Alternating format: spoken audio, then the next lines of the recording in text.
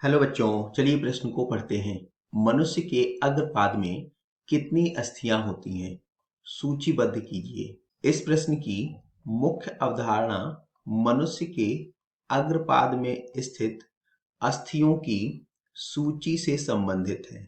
अब मनुष्य में अग्रपाद जो है यह हाथों में रूपांतरित हो गया। अग्रपाद को ही हम हाथ कहते हैं।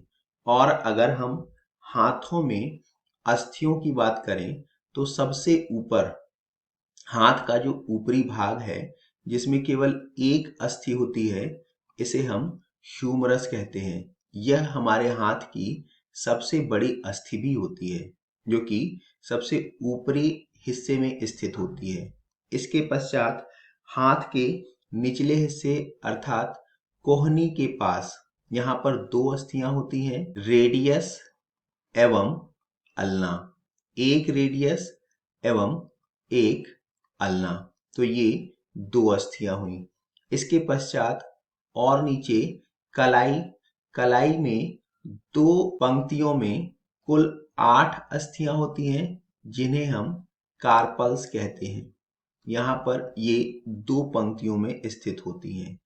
इसके पश्चात और नीचे हमारे हथेली में कुल 5 अस्थियां होती हैं, जिन्हें हम मेटाकार्पल्स कहते हैं। यह हमारे हथेली में हो गई 5 अस्थियां। और इसके पश्चात अंगुली की अस्थियां, तो कुल 5 अंगुलियां हैं।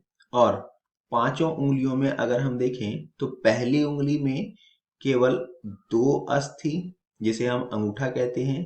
उसके पश्चात प्रत्येक उंगली में 3 अस्थि, तो अगली 4 उंगलियां और प्रत्येक में 3 अस्थि। इस प्रकार से यहाँ पर 14 अस्थियां हुई। और अगर हम इन सारी अस्थियों का योग करें तो यह 30 अस्थियां होंगी। और चूंकि हमारे 2 हाथ हैं, तो दोनों हाथों का योग अगर हम देखें तो यह कुल 60 अस्थियां होंगी। अर्थात एक हाथ में कुल 30 अस्थियां तथा दोनों हाथ में मिलाकर यह 60 होंगी। आशा करते हैं आपको समझ आया होगा। धन्यवाद।